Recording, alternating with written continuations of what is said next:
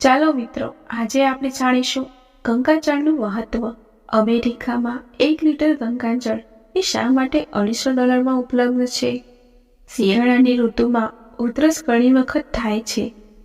જ્યારે ડૉક્ટર દ્વારા ઉધરસ મટાડવામાં આવતી ન હતી, ત્યારે કોઈએ કહ્યું કે જો ડૉક્ટર દ્વારા ઉધરસ મટાડવામાં આવતી નથી તો ગંગાજળ આપવું જોઈએ.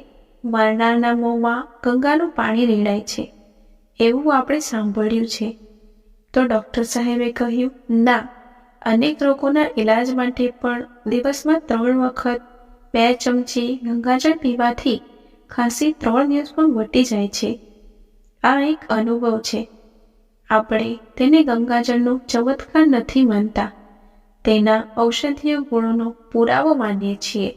ઘણા ઇતિહાસકારો જણાવે છે કે સમ્રાટ અકબર પોતે ગંગાજળનું સેવન કરતા હતા. તેઓ મહેમાનોને પણ ગંગાનું પાણી આપતા હતા. ઇતિહાસકારો લખે છે કે જ્યારે અંગ્રેજો કલકત્તાથી ઇંગ્લેન્ડ પાછા જતા હતા, ત્યારે તેઓ પીવા માટે વહાણમાં ગંગાનું પાણી લેતા હતા, કારણ કે તે સડતું ન હતું. ઉલટું અંગ્રેજો પોતાના દેશમાંથી જે પાણી લાવતા તે રસ્તામાં સડી જતું હતું. 125 વર્ષ પહેલા આગ્રામાં તૈનાત બ્રિટિશ ડૉક્ટર M.E. હોકિન્સે વૈજ્ઞાનિક રીતે સાબિત કર્યું હતું કે ગંગાના પાણીમાં કોલેરાના બેક્ટેરિયા એ થોડા જ સમયમાં મરી જાય છે. રસપ્રદ વાત એ છે કે આ સમયે વૈજ્ઞાનિકોને એ પણ જાણવા મળ્યું હતું કે ગંગામાં બેક્ટેરિયાને મારવાની અદ્ભુત ક્ષમતા છે. નેશનલ બોટનિકલ રિસર્ચ ઇન્સ્ટિટ્યૂટ એટલે કે NBRI લખનૌના ડિરેક્ટર ડૉક્ટર ચંદ્રશેખર નોટિયાલે એક સંશોધનમાં પ્રમાણિત કર્યું છે કે ગંગાના પાણીમાં રોગ પેદા કરતા E. coli બેક્ટેરિયાને મારી નાખવાની ક્ષમતા છે.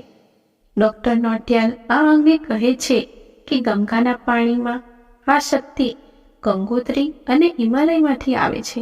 જ્યારે ગંગા હિમાલયમાંથી આવે છે ત્યારે તે અનેક પ્રકારની માટી, અનેક પ્રકારના ખનિજો અને અનેક પ્રકારની વનસ્પતિઓ સાથે ભળે છે. એકંદરે કંઈક એવું મિશ્રણ રચાય છે જે આપણે હજી સુધી સમજી શક્યા નથી. ડૉક્ટર નોટિયાલે પરીક્ષણ માટે 3 પ્રકારના ગંગાનું પાણી લીધું હતું. તેમણે 3 પ્રકારના ગંગાના પાણીમાં E. coli બેક્ટેરિયા નાખ્યા.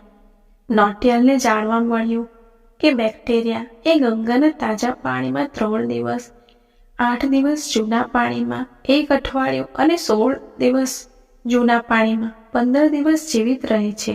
એટલે કે 3 પ્રકારના ગંગાના પાણીમાં E. coli બેક્ટેરિયા ટકી શક્યા નહીં.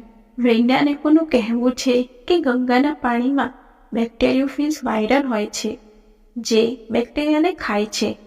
બેક્ટેરિયાની સંખ્યા વધતા જ આ વાયરસ સક્રિય થઈ જાય છે અને બેક્ટેરિયાને માર્યા પછી ફરીથી છુપાઈ જાય છે. પરંતુ સૌથી મહત્વનો પ્રશ્ન એ છે કે ગંગાના પાણીમાં જીવજંતુઓને મારવાની આ અદ્ભુત ક્ષમતા ક્યાંથી આવે છે? ગંગા પર લાંબા સમયથી સંશોધન કરી રહેલ IIT રૂરકીના પર્યાવરણ વિજ્ઞાનના નિવૃત્ત પ્રોફેસર દેવેન્દ્ર સ્વરૂપ ભાર્ગવ કહે છે કે ગંગાને સ્વચ્છ રાખનાર આ તત્વ ગંગાની તળેટીમાં દરેક જગ્યાએ હાજર છે.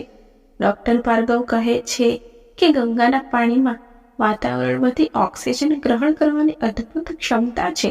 ભાર્ગવ કહે છે કે અન્ય નદીઓની સરખામણીમાં ગંગામાં સળતી ગંદકીને પચાવવાની ક્ષમતા 15 થી 20 ગણી વધારે છે. ગંગા માતા છે કારણ કે ગંગાજળ અમૃત છે.